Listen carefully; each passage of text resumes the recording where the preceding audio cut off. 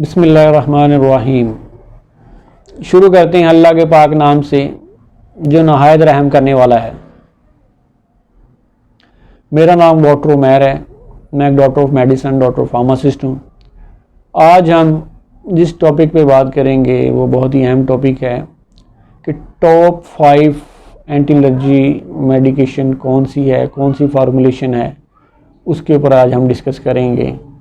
ये किस कंडीशन में लेनी चाहिए, इसका क्या फ़ायदा है, क्या इसका साइड इफ़ेक्ट्स हैं, क्या इसकी डोज़ है।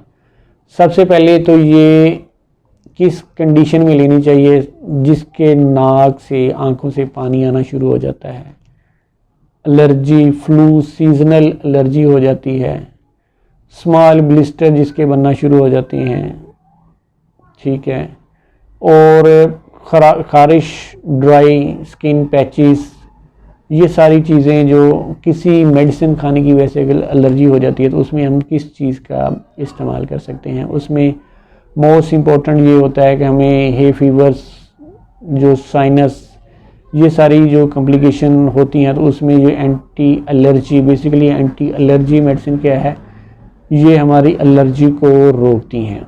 उसमें जो फार्मूलेशन है मोस्ट इम्पॉर्टेंट वो सिट्रीज़ीन है।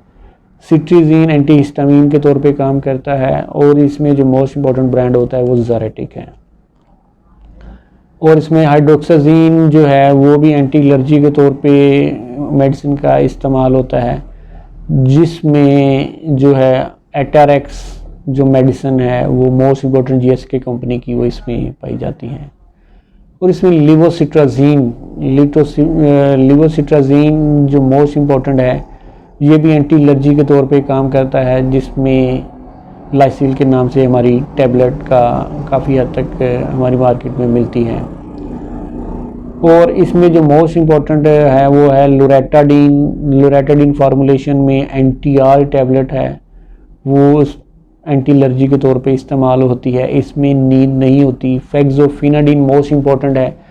ये जो फेक्सोफिनाडीन है बेसिकली ये हमारे ब्लड ब्रेन बैरियर को जो है क्रॉस नहीं करती, जिससे ये इसमें सेडेशन का जो जिसमें ड्राइव करना है या इसने कोई ऐसी कोई चीज़ इसमें जो काम करना है तो उसमें जो नींद नहीं आती, उसमें ये एंटी एलर्जी के तौर पे ये इस्तेमाल कर सकते हैं। और ये जो टॉप 5 मेडिसिन हैं जो हम एंटी एलर्जी में ले सकते हैं।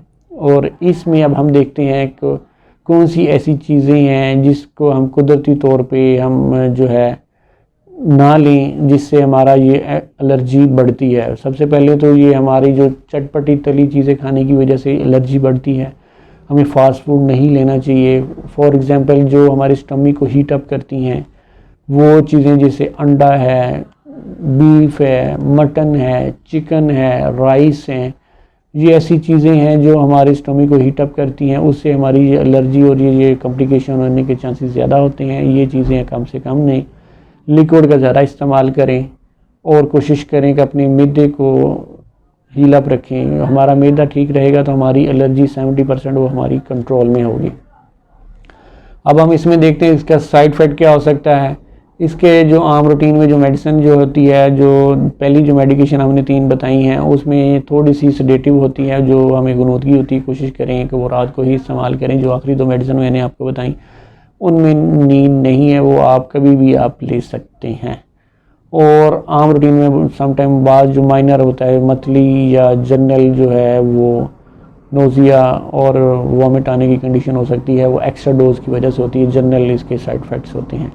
और डोज इसकी जो है 1 से 2 टैबलेट्स जो है वो आप मॉर्निंग और इवनिंग में इस्तेमाल कर सकते हैं। और मोस्टली जो सेडेटिव्स हैं वो आप रात को ही आप उसका इस्तेमाल कर सकते हैं। उम्मीद करता हूँ आपको ये बारे मेरी वीडियो अच्छी लगी होगी। अगर कोई कमेंट क्वेश्चन करना चाहते हैं तो कमेंट सेक्शन में जाके मेंशन करें। मेरी वीडियो को लाइक और शेयर लाजमी करें और इस चैनल को सब्सक्राइब करें। आने वाली इन्फॉर्मेटिव वीडियो तक आपसे इजाज़त चाहूँगा। अल्लाह हाफिज़।